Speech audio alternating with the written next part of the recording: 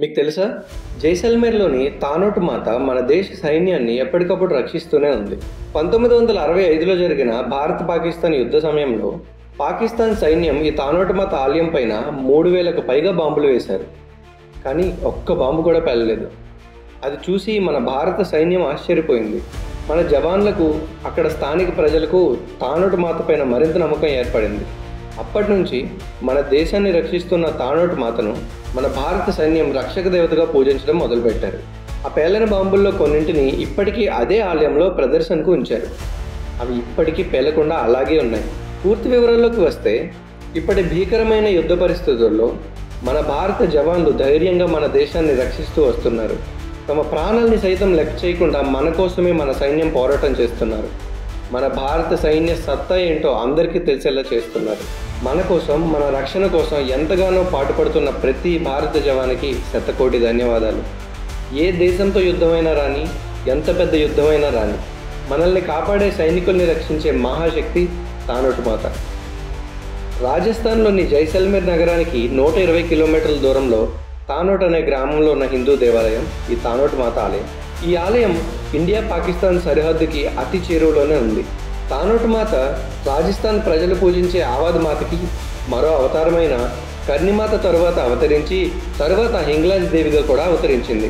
ఒక పురాణ కథ ప్రకారం భటి రాజవంశానికి చెందిన తనూరావు భటి మహారాజు ఎంతో భక్తి శ్రద్ధలతో ప్రార్థించగా మాత దర్శనమిచ్చి అదే తానోటు ప్రాంతంలో స్థిరపడింది.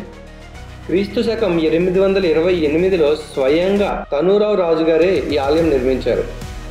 తర్వాత 1965లో జరిగిన భారత పాకిస్తాన్ యుద్ధంలో పాకిస్తాన్ సైన్యం తానోట్ గ్రామం పైన దాడి చేశారు. ఆ యుద్ధ సమయంలో 3000కు పైగా బాంబులను ఆలయం వైపే వేశారు. ఆశ్చర్యం ఏంటంటే, వేసిన బాంబుల్లో చాలా వరకు గురితెప్పబడ్డాయి. సరిగ్గా ఆలయ ప్రాంగణంలో పడిన 450 పైగా బాంబుల్లో ఒక్కటి కూడా పేలలేదు. ఆ ఆలయానికి ఒక్క గీత కూడా పడలేదు. అది చూసి ప్రతి ఒక్కరూ ఆశ్చర్యపోయారు.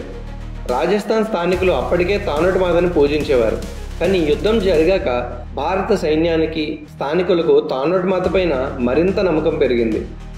అప్పటి నుంచి భారత సైన్యం తానోటు మాతని రక్షక దేవతగా పూజించడం మొదలుపెట్టారు. అప్పట్లో 1971లో లాంగేవాలా యుద్ధం జరిగినప్పుడు పాక్ సైనికులు ట్యాంకర్లతో దాడి చేయడానికి వచ్చారు. ఆ సమయంలో మన వైపు గట్టిగా లెక్క పెడితే 120 మంది సైనికులే ఉన్నారు. మన సైనికులు ఈ తానోటు మాత ఆశీస్సులు తీసుకుని యుద్ధానికి సిద్ధమయ్యారు. తర్వాత ఏం జరుగుతుందో అన్న సమయంలో పాకిస్తాన్ ట్యాంకులన్నీ ఇసుకలో దిగిపోయాయి. ఈసారి కూడా గుడిపై దాడి చేశారు.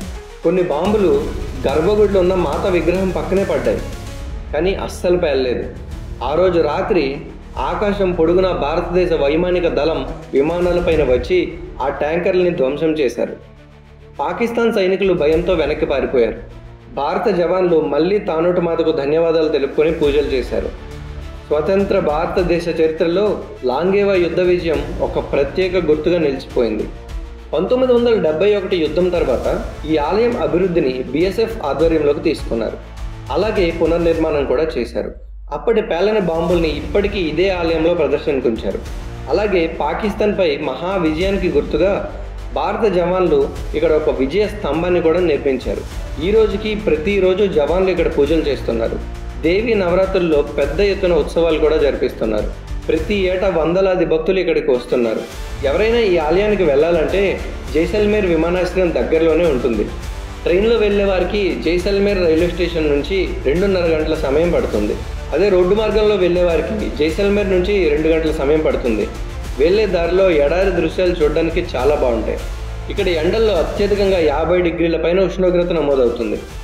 కాబట్టి వెళ్ళిన వాళ్ళు సరైన జాగ్రత్తలు తీసుకొని వెళ్ళండి. యుద్ధం ఎంత పెద్దదైనా, యుద్ధం ఎవరితో అయినా మన ధైర్యం, నమ్మకం, భక్తి ఉంటే చాలు ఎలాంటి యుద్ధమైనా గెలవచ్చు. భారతదేశాన్ని కాపాడుతున్న తానోటు మాతకు, భారత సైన్యానికి మనస్ఫూర్తిగా నా ధన్యవాదాలు. జై హింద్.